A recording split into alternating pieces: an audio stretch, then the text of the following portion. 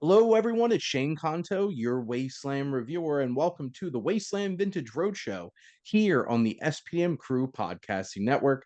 And this is my monthly podcast where, I just gush about my favorite movies. And it's a wonderful excuse for me to go back and watch some of them.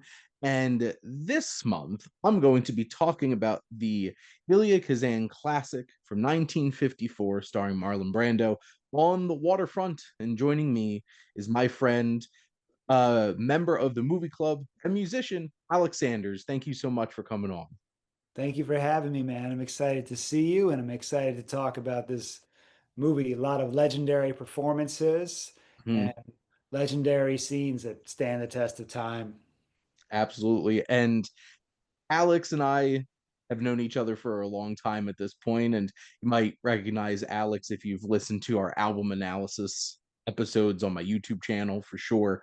But we are here to talk about On the Waterfront.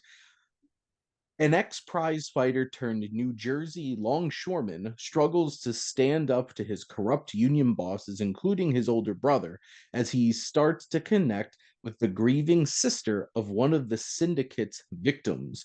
And indeed, this film was directed by Elia Kazan, starring Marlon Brando, Carl Malden, Lee J. Cobb, Rod Steiger, and Ava Marie Saint, who was extremely young at the time of this film being made, and she wound up living to like 100 years old.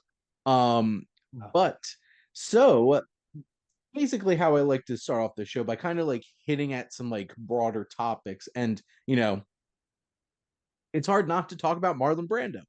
So, Alex, what is like your experience with Brando? What are your thoughts on him as an actor? What are some of your favorite films of his? Sure. So he is probably one of the most like instantly inspiring actors, Mm, And I did some stage acting, and at the time, even though I hadn't seen a lot of his performances, just the few that I had seen were so inspiring. This one probably being the most inspiring, I mm, would say. And to this day, I have to be honest with you, I haven't seen a whole lot of his films. I've seen this. I saw Streetcar a while back, yep.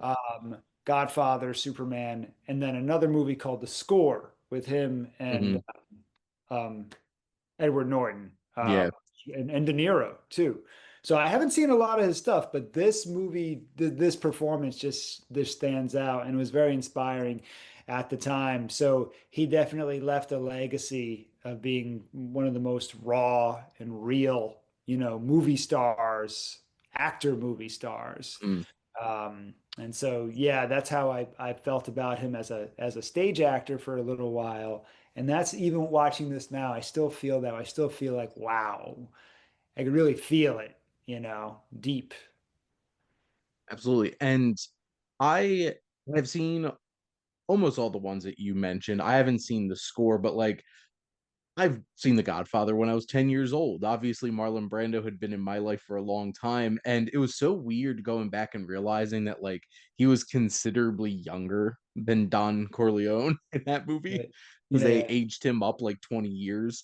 yeah, Because the man was in his 40s when he made The Godfather, right. which is so interesting. But obviously, Streetcar with the whole Sarah Yeah. and that whole entire legacy of that film, that stage show, and then obviously this the Wild One, I watched quite a few times and also dressed up as his uh biker gang character a few times.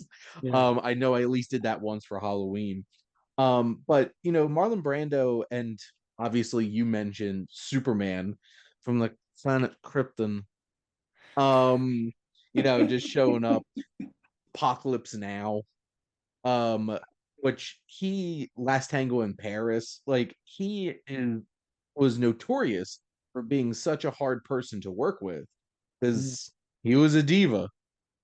Yeah. He certainly did not play well with others and cause a lot of problems, which is why they had to take out an insurance policy on him for The Godfather, so he didn't torpedo the Wow. production of it. Now, no, was he that way? Did he have that reputation at this time when this movie was made? I don't think it was that bad. I think it was like by the time, because like if you like, I'm looking at his IMDb, he worked very consistently through the 50s, and then come the 60s, things started to like look a little different. He didn't get as big of roles. I think it was he got that reputation that people didn't want to work with him because he was a terror to work with. Mhm. Which was so interesting that him and Val Kilmer both wound up in the Island of Dr. Moreau. Seeing as both of them had that reputation, and that movie was an absolute clustercuss Yeah, yeah, of a production, right. Yeah. which it's so interesting because like Marlon Brando is arguably one of the greatest actors of all time. But Mhm. that doesn't mean he was a great person or an easy Yeah, person to work with right. specifically. But at this point, like obviously he was extremely committed, and kind of like segueing into talking about the method Right. acting, which I feel like most people know because of Daniel Day-Lewis and the fact that like he actually becomes a different person and then stays in character, or at least Tropic Thunder where they made fun of him in it. Staying in character is like I stay in character for the DVD commentary. um Which then, if you actually watch the DVD commentary of Tropic Thunder, it is Kirk Lazarus, Yeah. Robert Downey Jr. as an Australian doing it, and not Robert Downey Jr. But like that Great. kind of That's idea, great. but like the method isn't just like become another person. It's not the master of disguise. It's you live the emotions, like you like get yourself to that place where you're actually feeling the emotions, and you're not just putting on something. Right. And that's the Yeah. big difference between like what the method was Mhm. going for, which Carl Malden was a part of that too, and a lot of Elia Kazan's uh cast members were from the actors studio and like the method, Yeah. because it's like they were going for this authenticity.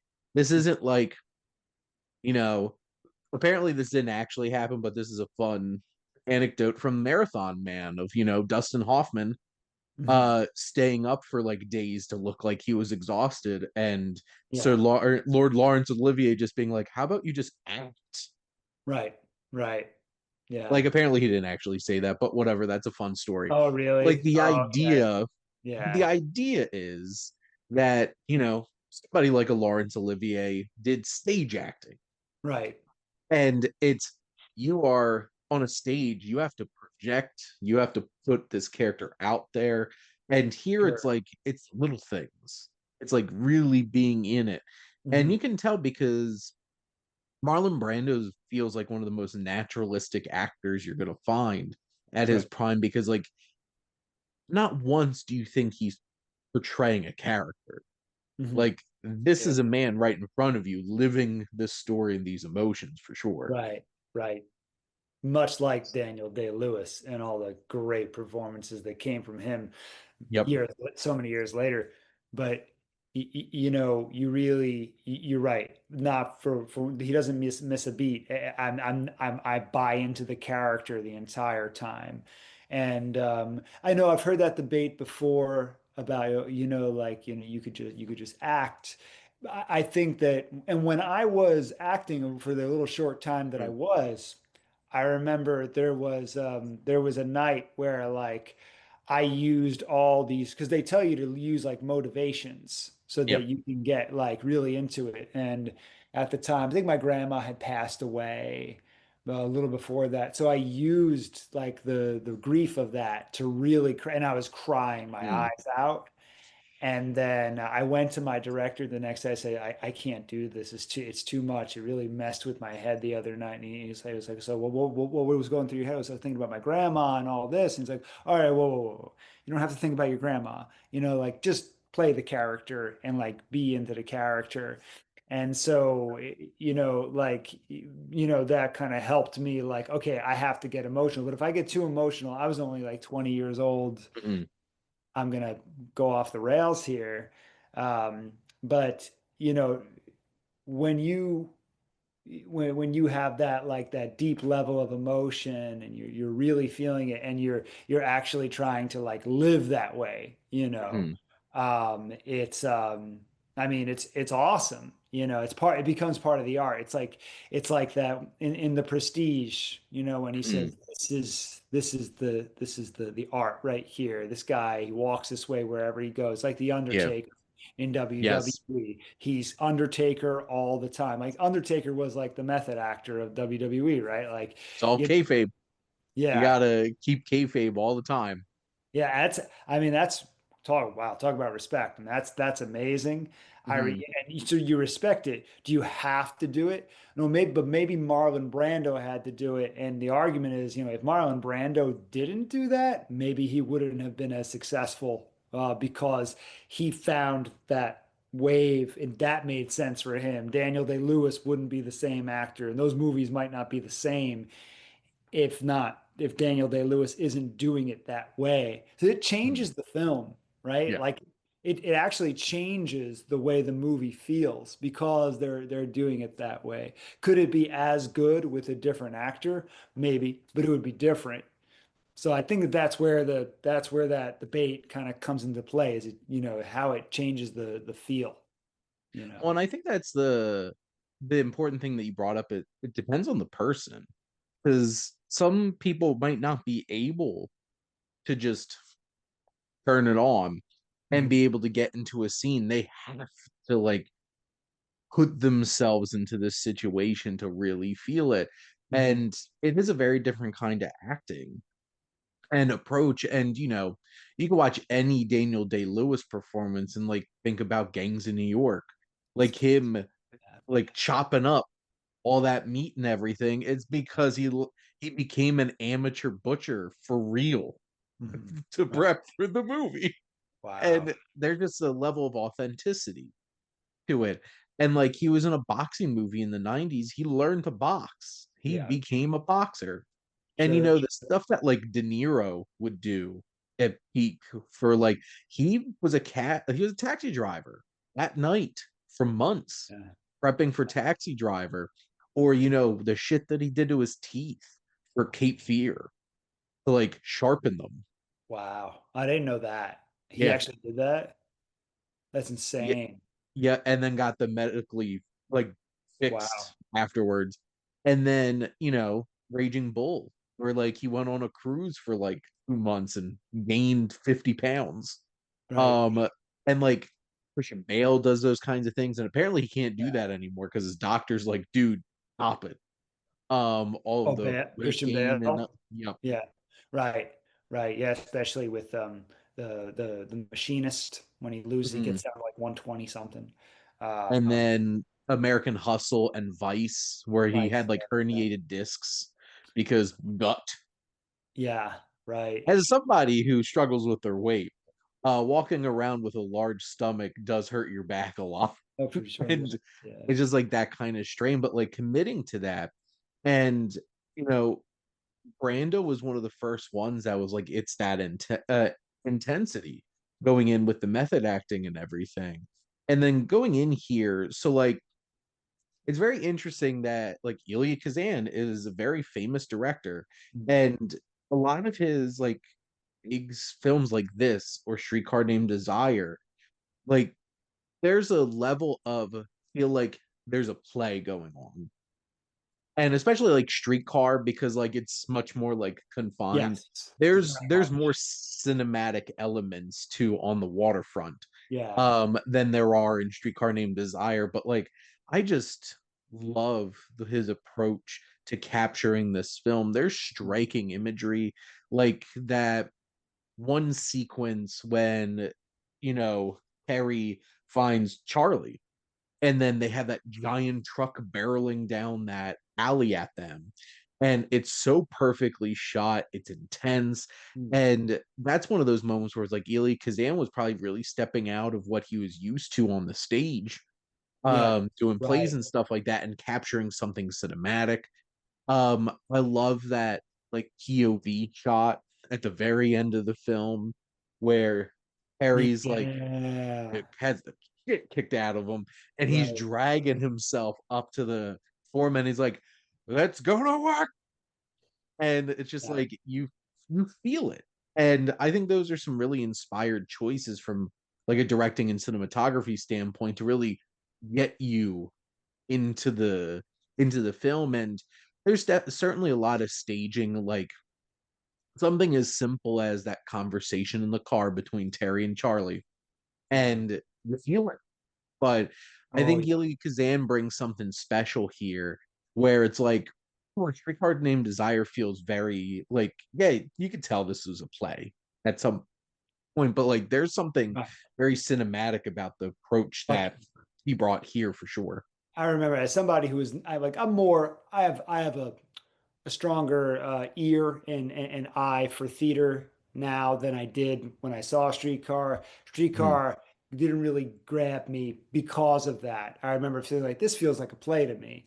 Um, on the Waterfront really does feel like a film, and mhm, yeah, I think especially from like I would say like 30 minutes in, it's hard to stop watching it.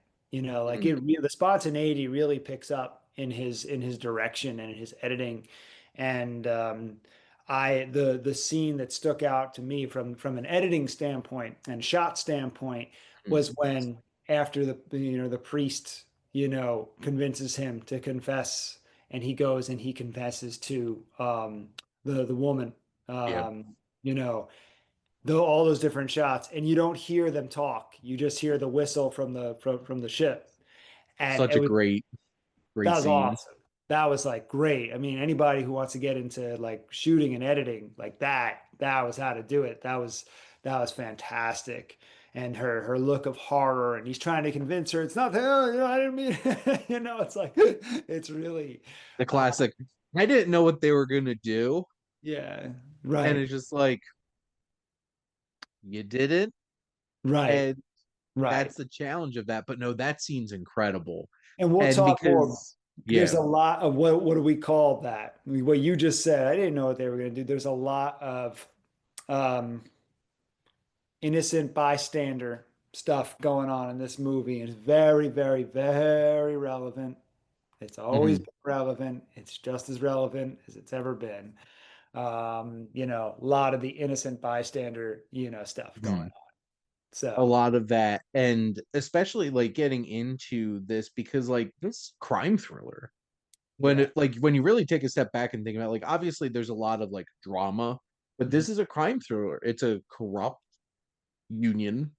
It's very like this was ripped from the headlines of a lot of things happening with unions for like workers unions and stuff like that. And even putting into context, it's like it's very interesting thinking about like unions over the years, and the Jimmy Hoffa and being involved with the mob. And like obviously this is very much a union led Yeah. by a mob. And that idea of the bird metaphor that they utilize in this, I feel like is so impactful because it's no coincidence that Edie's brother had pigeons Right. and took care of them, and then that Terry picked up taking care of them. And it's just like again and again, I'm not a stool pigeon, and I'm not gonna. It's like it's very interesting if you think about like The Departed, the rat, and Mhm. Alex will enjoy this because he'll be able to see Jack Nicholson making his rat face. But Yeah. like it's like there's a rat in my crew. And obviously it's like they're using that specific kind of imagery. Here it's specifically your stool pigeon. And there's literal pigeons. And something that Terry picks up taking care of when he knows deep down that Yeah. he had something to do with his death. Right. And He that's a didn't kill him. right. I noticed that too. It's almost like he takes on his presence. Like it's almost like a ghost that follows Yeah, him around, is the death that he doesn't take responsibility for, but he ultimately has to confess to yeah. it, you know.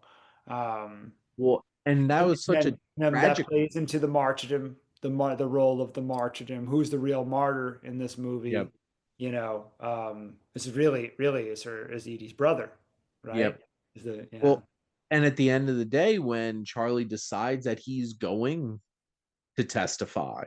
Mhm. And even that little kid that he was mentoring killed all those pigeons.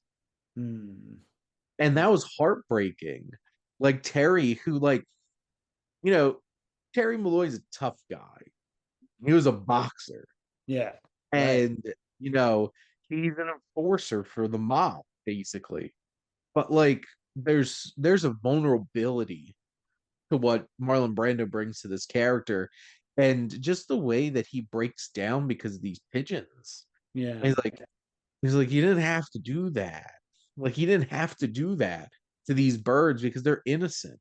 yeah. And it's a challenging thing because the people in this neighborhood are innocent birds that are stuck in a cage. Okay, okay, that's very good. That's very good. And, you know, they could say something, but you don't want to wind up like those pigeons, Yeah, where it's just like you wind up dead.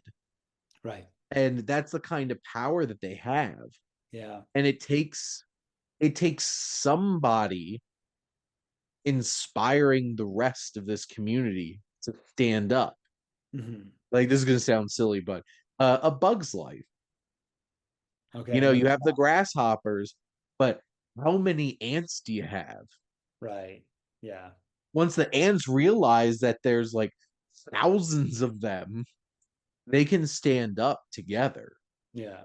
And that's really what this takes for them to be able to change this is that Harry takes that horrible beating to inspire the rest of these longshoremen to actually do something Right. Yeah. because their livelihood is under is under hostage.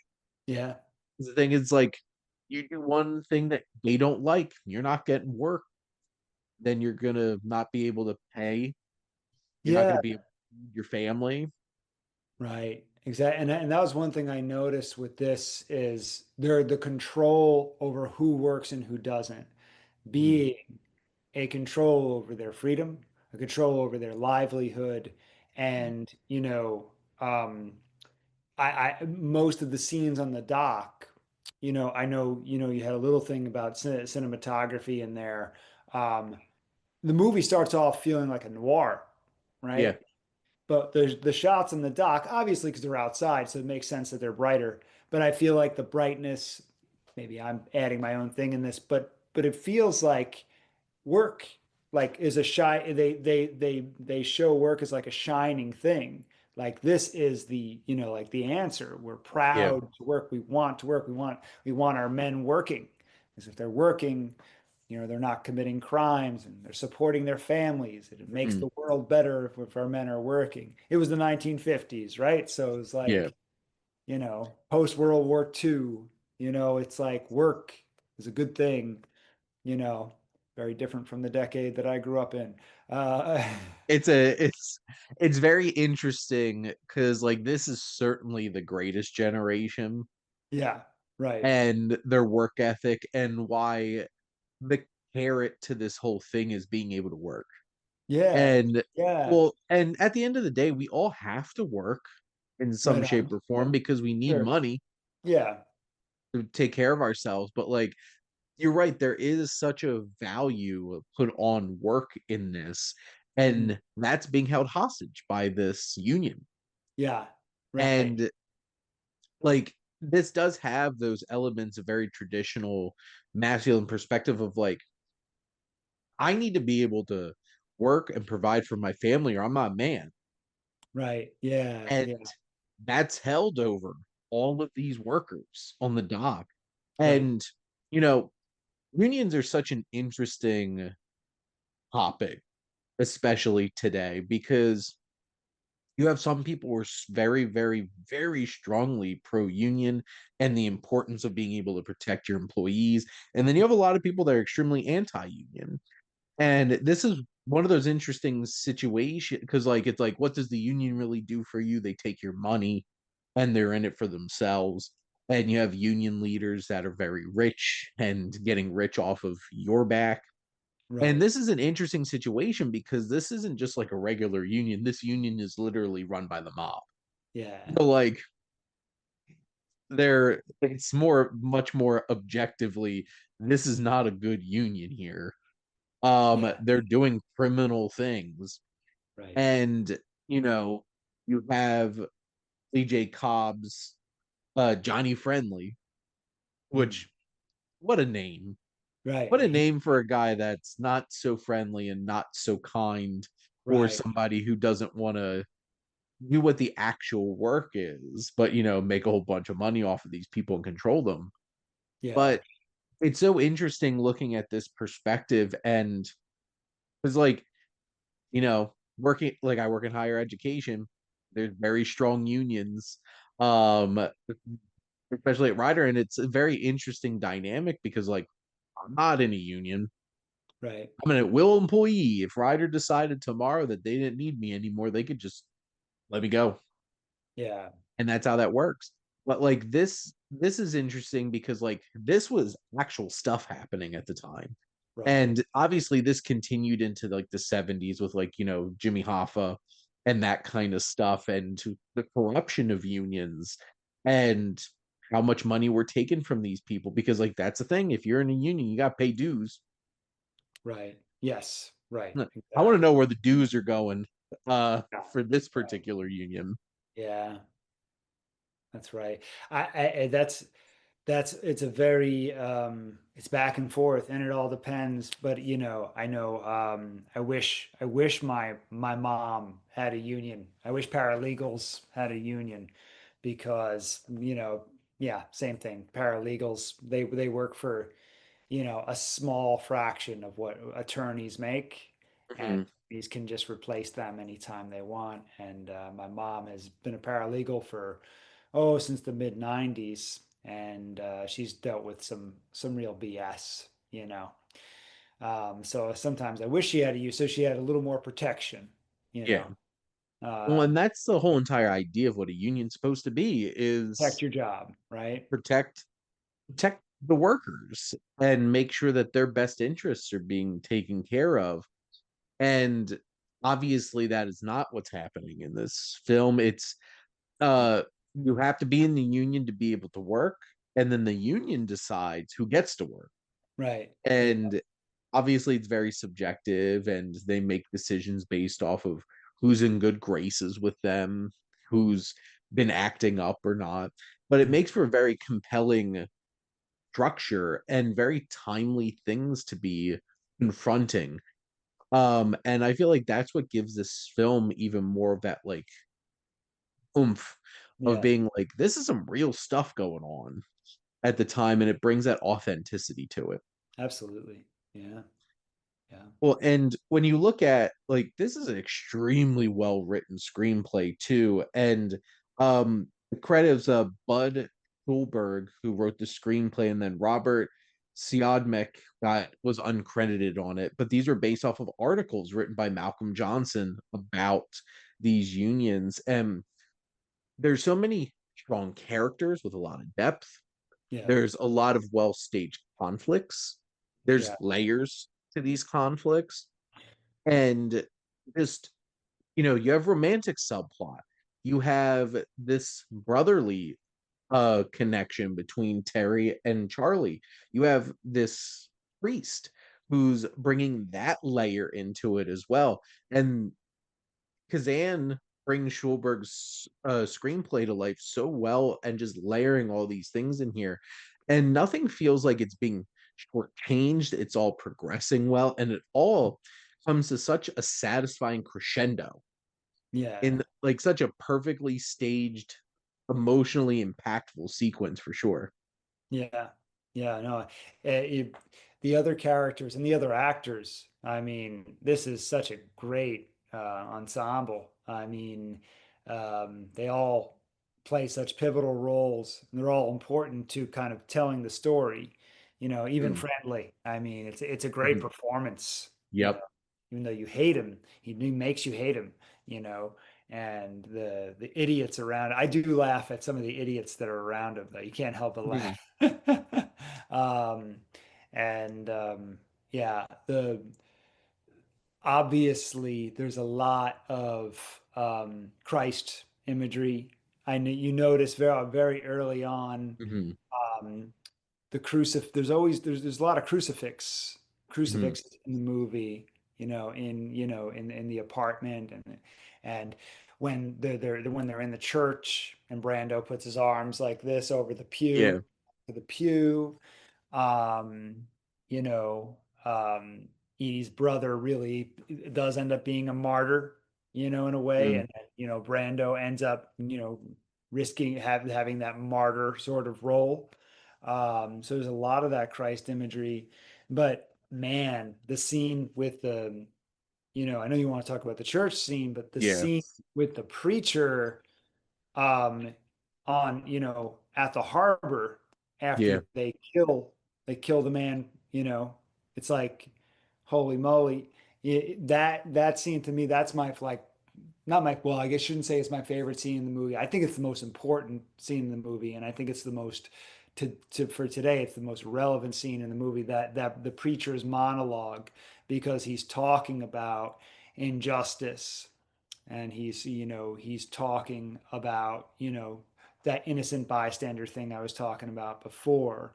Hmm. um and the fact he's like, the church is, I am in church, right now, like that's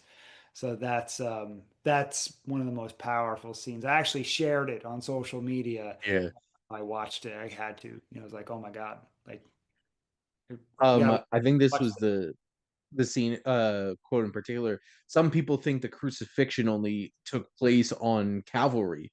They better wise up. Taking Joey Doyle's life to stop him from testifying is a crucifixion, Mm, and dropping a sling on K.O. Duggan because he was ready to spill his guts tomorrow, that's a crucifixion. yeah. And every time the mob puts pressure on a good man, tries to stop him from doing his duty as a citizen, it's a crucifixion.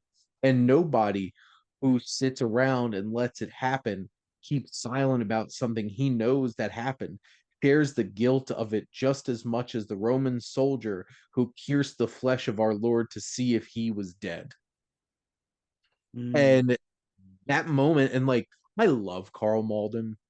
I feel like he was obviously really appreciated in his time as such a great character actor, but I don't feel like a lot of yeah. people today that are cinephiles, unless they really dug deep into classics like this, really probably know who he is. But between this and Streetcar and Patton, where he plays Omar Bradley, um, up against George C. Scott's George S. Patton, it's Yeah. just he is so compelling in this film and this scene where he just calls everybody out on their shit So and good. just lays it down there, and like they pelt him with a tomato, Yeah. and he just screams out like, somebody says, go back to your church, father, like, boys, this is my church. It's my church. Yeah. And if you don't think Christ is down here on the waterfront, you got another guest coming. And Yeah. that is such a great line. If you don't think Christ is down here on the waterfront, and that really ties so much of this film together. It's such a powerful moment because like they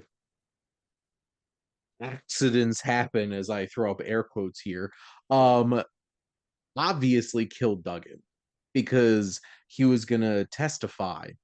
And it's so interesting, you know, it's so interesting in film to see the Catholic Church actually portrayed as like conveyor of good, to be Right. honest. Because like, Yeah. especially in like modern cinema, you're not gonna really see that. That's But true. like, Yeah. Yeah. this is such an interesting thing, seeing a priest who, because at the end of the day, it's like, can the priest really do anything? Yeah. He can only try to inspire his flock. Right. Right. And that's what he's constantly doing throughout this whole entire film. And Hmm. like, unfortunately, like Duggan died. Harry almost died. But like, something had to give. Yeah.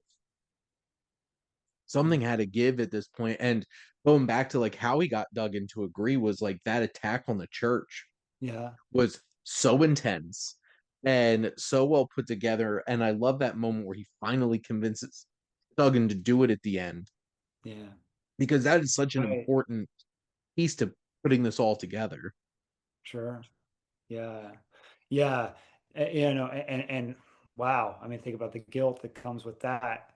I mean, it's probably one of the reasons why it fired him up so much. It's like he inspired him to do this and he dies for it. Yep. You know, I didn't think about that. Well, Um, and he is a priest, but he's still a man. He's still human and can yeah. feel the weight of that on him. Like he Oh, yeah. sees this dead man right in front of him. It's just like, I pushed him to do this.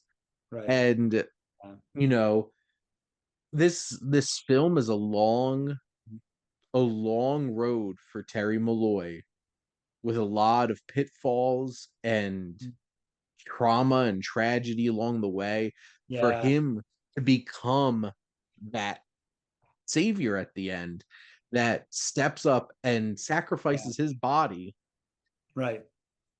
quite literally, seeing as Right. he had the whole entire crew kicking the shit at him. And he's just a Crazy bloody fight. pulp Yeah. almost washing away into the water. And he inspired them all to come, like, step up Right. and actually do something. And like he did it. He went to the hearing, he testified, Yeah. and obviously felt that ramification. Oh, yeah. But what's interesting about this film too is like it has a romance through it. And it's born out of like this guilt of like Terry Right. engaging with Edie in the first place. Yeah. And it certainly has some of those like Marlon Brando, most of the men that he played that like winds up having romantic relationships a lot of the time is a very animalistic, very primal kind of man that, speaks with his actions and not with his words. And you Uh, have some of those moments that feel like very 1950s in terms of how he like physically engages with a young yeah. woman. Right. And like I thought about that. I thought about that. Yeah. and it's just like this is every Brando. Well, obviously, it was significantly worse and also thematically important in Greek Card Named Desire Right. when Yeah. he forces himself on Blanche in that film. But Mhm. like here, it's like he's not asking first. He's kind of just taking that. But like, I love that moment where they're walking through that park, and this is the method moment because I remember learning about this in my great performances on film class in college when Eva Marie Saint accidentally dropped her gloves. Mhm. Like that wasn't supposed to happen. That wasn't in the script. Okay. And when Brando picks it up and But he's just playing with it, like he puts it on, he's like picking the yeah. leaves out of it, and he just goes with it. And Yeah. that's what feels so natural about his performance and what he brings is because like he's in it. He just rolling with whatever's happening. And it's like you're having this great sequence of them getting to know each other, him trying to get her to open up, while also like he's playing around with her glove, fitting it Right. on, stuff like that. Sure. And there's just something so natural about it. Yeah. And when you have a film like this is what the method's about. It's about you living this character in the moment, and it makes the film feel so much more organic. And here's the thing, I love artistic, hyper realistic, and unnatural kinds of presentations of film. Like I'm a Wes Anderson fan. There's nothing natural about watching a Wes Yeah. Anderson film. You're watching a movie. Oh, yeah. Oh, sure. And I love that kind of stuff because like I love what film can do. Like you're watching a Coen Brothers movie, you're watching a movie. Yeah. Like those kinds of things. But Sure. something like this where you see it feels so real, like you Yep. kind of feel like you're just kind of watching two young people in the park Yeah. and Yeah. seeing them interact, and it's just like you just happen to be there. Yeah. And I appreciate that, and I think that it really works for developing their dynamic because like obviously Terry's coming into Edie's life in a place of vulnerability for her Right. because she just lost her brother. Right. And he's the one who set him up, Right. and he Yeah. has that guilt. And like, is he trying to build up to a point where he can finally tell her? Is that his motivation?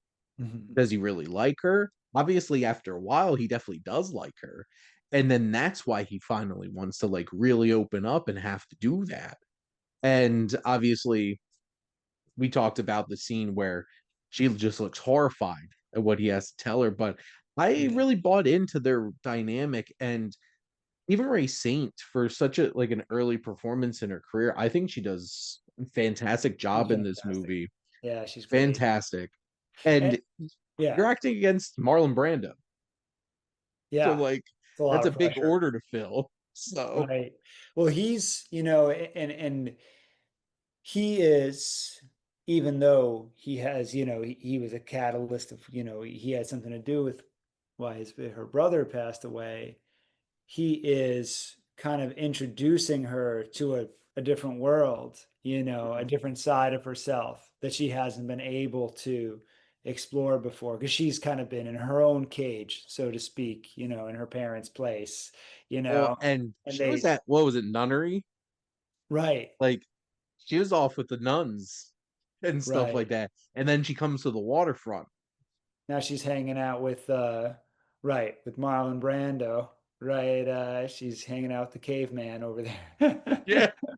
So, I mean, yeah, and you could tell she's resisting him, but she also likes, she likes something about him. There's something raw. But she's also getting him to open up, and Yeah. she's getting him to be vulnerable, and they did a really, really good job of that.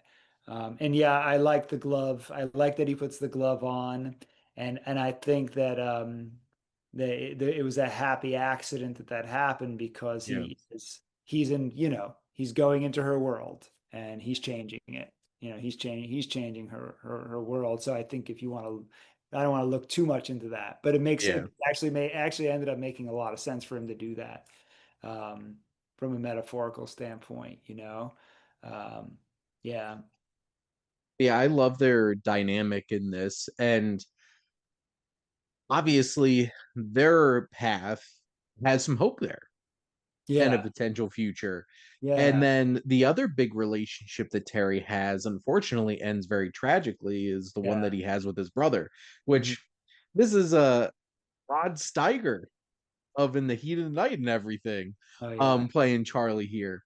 And, that scene in the car, it's like, you don't understand. I could have had class. I could have been a contender.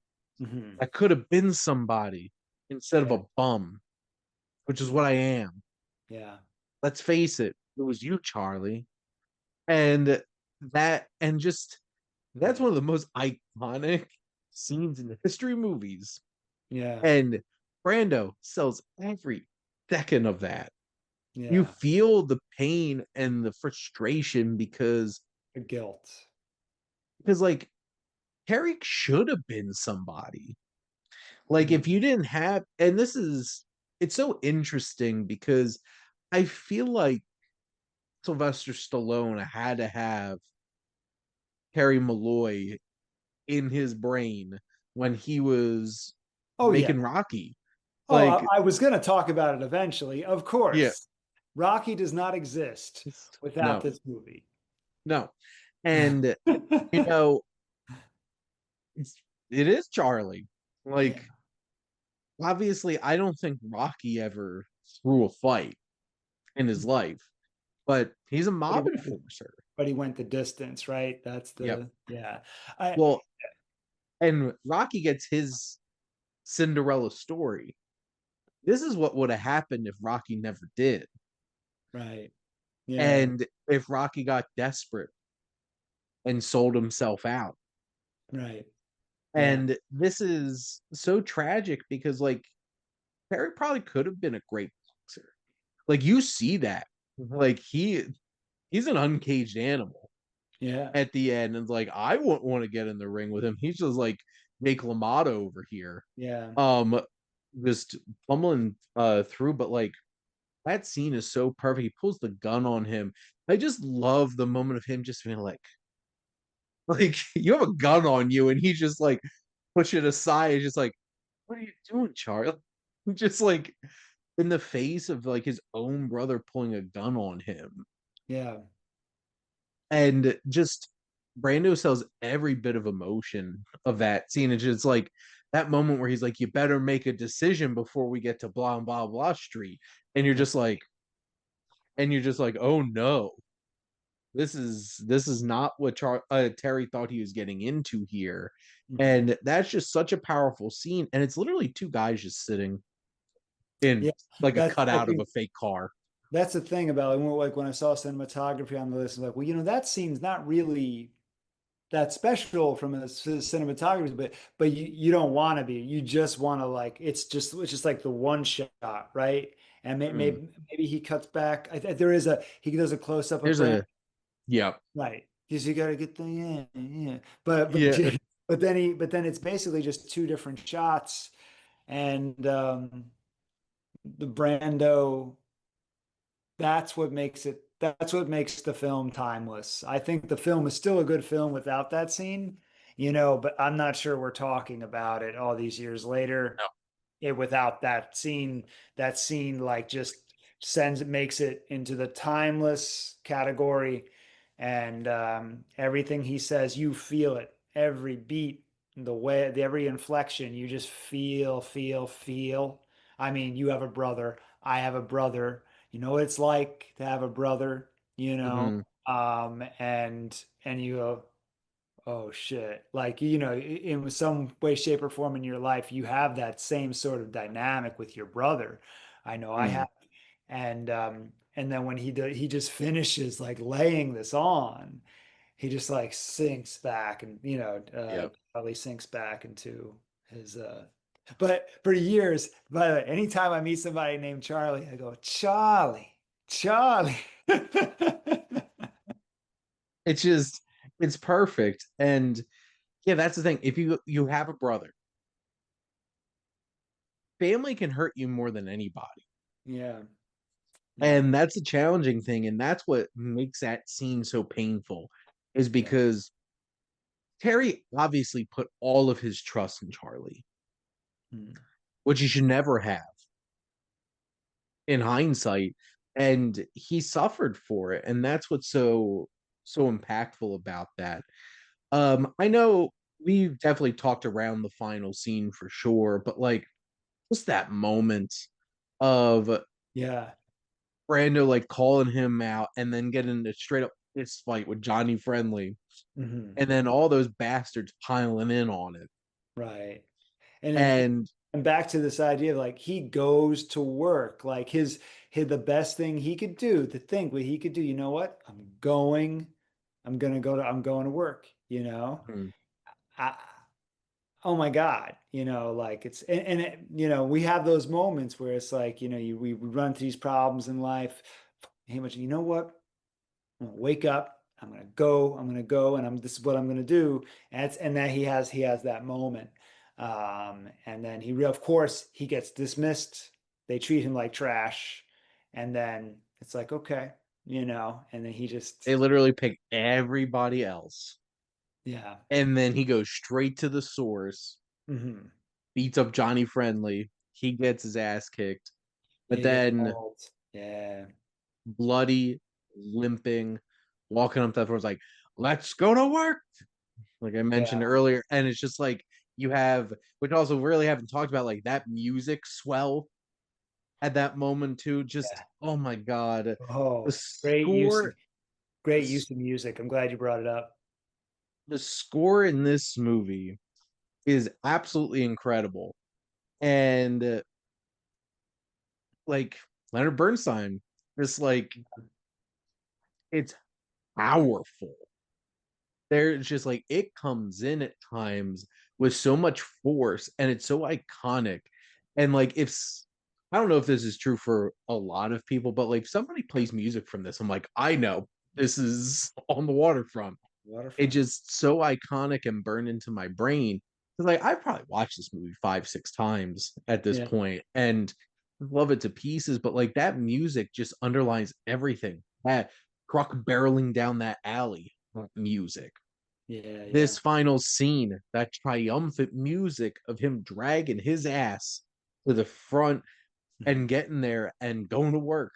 And as that like doors coming down and the music and the credits start, there's just so many moments because Bernstein's score is so rich and has so much emotion to it. It's bombastic. Yeah, It brings a right. lot of personality. It's a movie score, man. Yes.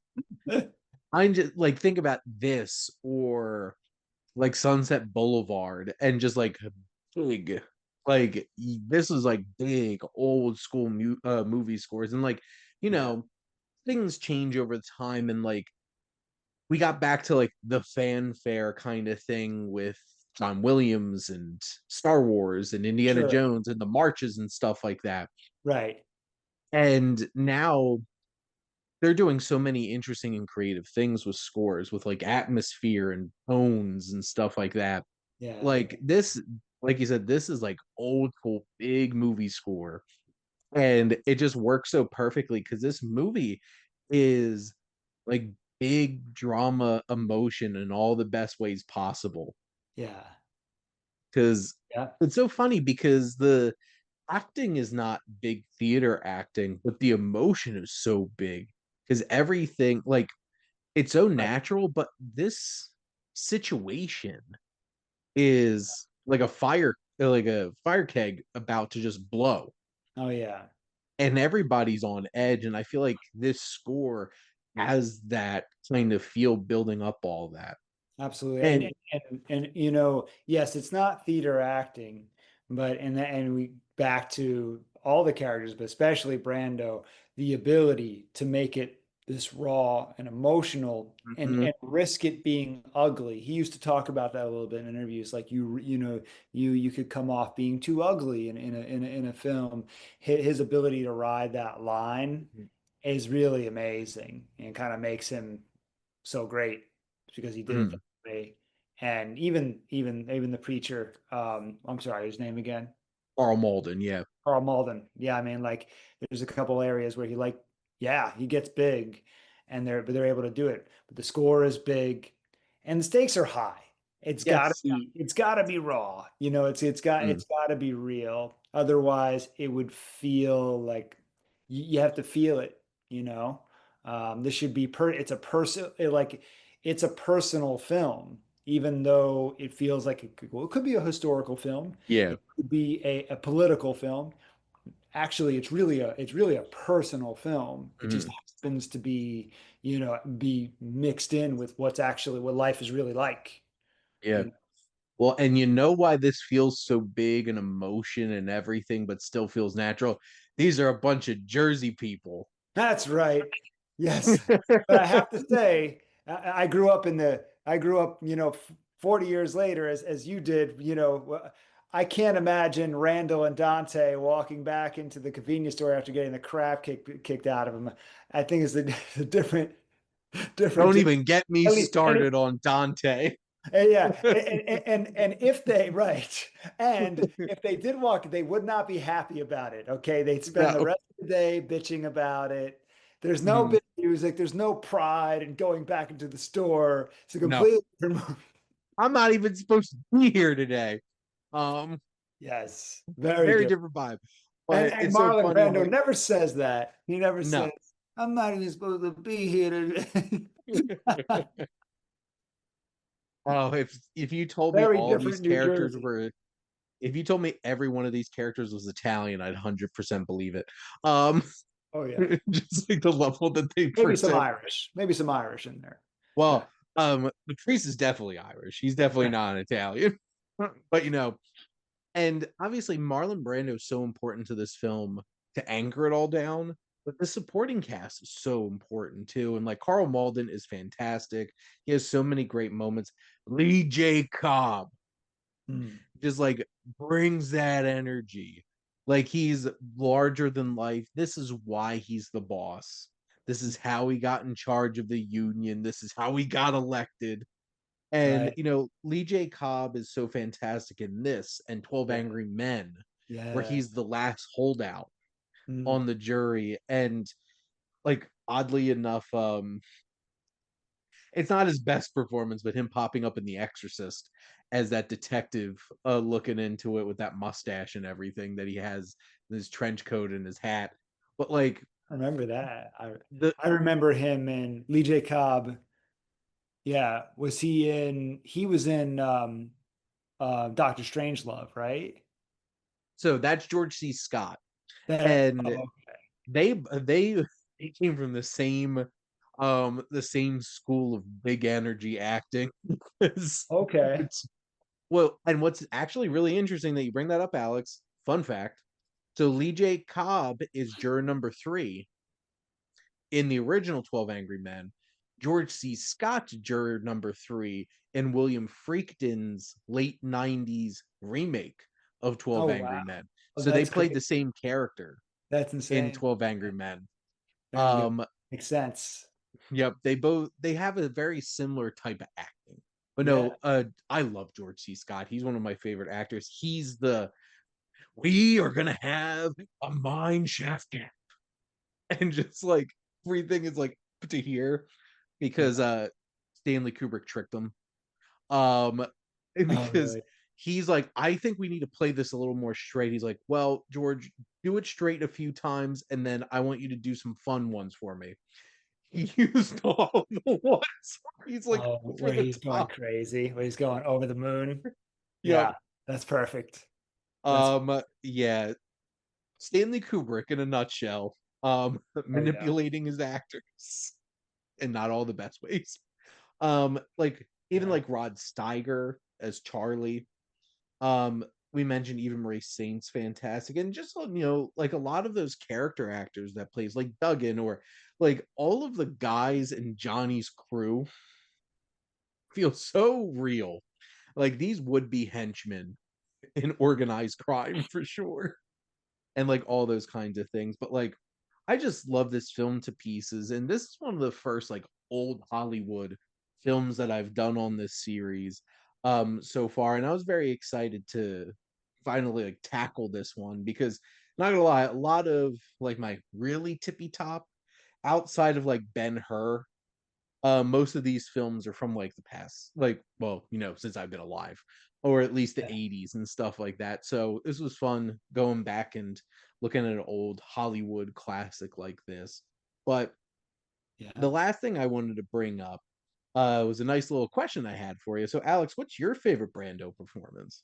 This has to be it. This has to be it. Of the ones that I've seen, I Mhm. definitely need to see some more. I never saw Last Tango.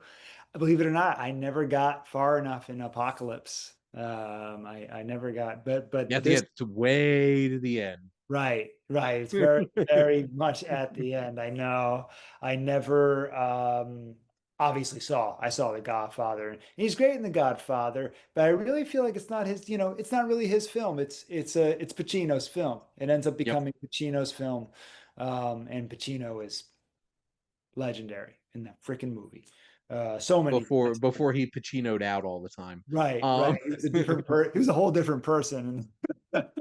it's just like he went into the 80s and then something changed. Right. Something changed. Um, Yeah, because then he did absolutely. Scarface and then had like a huge gap. And then the rest of the early 90s was like, we're going up to 11. Right. Right. Everything. Hoo-ha. Don't waste my motherfucking time. I It's don't just I like think I was drinking beers one night and I was watching Heat because I never really gave it and then I kind of love Heat now. It's almost like a B movie to me because of the way he acts in it. I'm like drinking beers like, oh, this is freaking awesome. fun fact. Supposedly Hannah had a cocaine problem Right. in the original script. I think And, you and, told me about and that. Pacino just went with it. Right. Because Yeah, but that that they has never to be reveal true. that in the movie. Has to be true. So you're It's like, the only way that makes sense. why is he a nutcase? Just like Watching she's my motherfucking TV. it's just like, okay, he can stay in your house, sitting on your couch, but he's not watching my TV. And just like just grabs the TV out of the wall and then Takes it out of his car. Oh man. But no, It's that like, you bring up a very important point because like obviously Brando won Best Actor for The Godfather. Like right. he's a supporting character. Supporting role. Yeah, Like if that's you take a step back, he's a supporting oh, character. But 100%. He's there was amazing. no way they were Yeah, going to run that campaign right, of that course. way. Marlon Brando. Yeah, of course they're gonna give him. They're not gonna. Right. Yeah. Well, and you know, Pacino probably should have had like 4 Oscars by the time the 70s wrapped. It was a great But decade for cinema, and it was yeah. He had some great roles, Serpico and Dog Dog Day, I just rewatched Dog Day Afternoon Dog recently, and then both Intense. Godfather films from the 70s. I Yeah, think And Justice for All wrapped up that streak that he had. I think I saw that. That is that the You're Out of Order. You're Out of Order. Yeah, I did see that. I Mhm. saw that. I only saw it once years ago. I like how he only Pacino's out once in the first 2 Godfather movies, and it's that moment where he's like, "Our marriage is an abortion," and Yeah, then he just like, "Ah!" and then like comes at her, and hits her. I'm like, "Well, there's the Pacino there it that's is. gonna become that That's Pacino." that scene. That scene is Oh oh man, my God. Oh I my God. like. I would love to say like him. Brando is Don Corleone is my favorite performance, which also like our buddy Matt thinks that he does a great Brando impression. That's all that he does. Sorry, Matt. Sorry, throwing shade at you. But like in actuality, it's just like make him an offer he can't refuse. It's Mhm. just like that he Right. has those fake Yeah. jowls that they put in and everything, and Right. it's Right. Yeah. just there's so many great acting moments, and even like his death scene where he's playing with his grandson Yeah. in the garden and everything. But no, like on the waterfront, Terry Malloy, this might be one of the best performances ever, Right. period, in And movies. and it almost makes you like when you go and watch those other Brando performances, like around that time, you might be a little disappointed because it's not at this level. Like, it's like you just saw like, whoa, you just saw like a Yep. masterpiece. And now he's got these other really good performances, but they're not going to top this, you know. Well, and from what I understood, like this took so much out of him, Yeah. like these early performances in his career. Yeah. Yeah. And then he didn't have a whole like he didn't have that to like draw upon anymore. Right. So like, a lot of it like his career went in a different kind of direction. And then he gained tons of weight and Yeah. apparently couldn't remember his lines. Yeah. And Yep. like Apocalypse Now is a complete shit show. Not even including him. Yeah. Right. Hearts of Darkness, that documentary is wild. I need to Um, watch that. Yeah, I need to watch that. It's a tough movie to be like, hey, honey, you want to watch Apocalypse Now? It's a well, tough. and like Brando had to wear black pajama looking Yeah. stuff instead of his military uniform because he couldn't fit in it. He showed up 50 pounds overweight, couldn't remember any of his lines. Oh my God. Oh my. So, like, Francis Ford Coppola's already losing his mind at this point, and then had to deal with all that. They had to change. They didn't even have the ending written. They were Right. like writing those lines and everything, and then Brando's just this mysterious entity, and just like you're just an errand boy sent to collect a bill, and just sitting there stroking his bald head in the shadows and everything. You're just like, what the hell am I watching? Yeah, and that's what everyone, right. Yeah. and that has influenced like Well, anybody who's a fan. what I've heard people say is that like the first two-thirds is a good movie. Or some people have said, and then the last act, it just goes off the rails. Well, it narratively matches where Willard is mentally, which is, I don't like using this term, but like off the reservation. Like Okay. he's gone. Right. Right. Like, and Yeah. it is wild, it is dark, it's twisted, it's messed up. It's like, what the hell's even going on here? This is just Sure. madness. Um, and it's so funny because like if people out there listening are fan of Dune, Stellan Skarsgård whole entire performance as the Baron was very influenced by Brando Okay. from Apocalypse Now. Oh, interesting. There's even a point where like his big fat bald head and he's just stroking his head and like that. I'm like, Yeah. I remember sitting in the theater, I'm like, somebody Apocalypse Now. Yeah, yeah. Oh, there you go. No, you're not wrong. I didn't think of it because I didn't see that the part, Yeah, but I liked the two Dune films. I yeah. thought they were really good. I thought they They're were. setting up Messiah now. We're Oh getting yeah. a Oh, they third are one. doing it. They are Yep, doing a third one. And yep. is it going to be Denny? Is Denny going to do it? Yes. And Whoa. there's a significant time jump between the stories. I've read the first Dune, haven't read any of the other, how many other novels there are. But Right. things are gonna get very interesting. But all I'm I, imagining is Brando would have been a great Baron. I think so. I think so. Yeah. Like I can imagine him doing that in like David Lynch's Dune for sure. Yes. Oh, without a doubt. Oh yeah, sure. That would have been an interesting choice for sure. Yeah. But that's our discussion on the Waterfront. Alex, thank you so much for coming on and talking movies with me. Of course, man.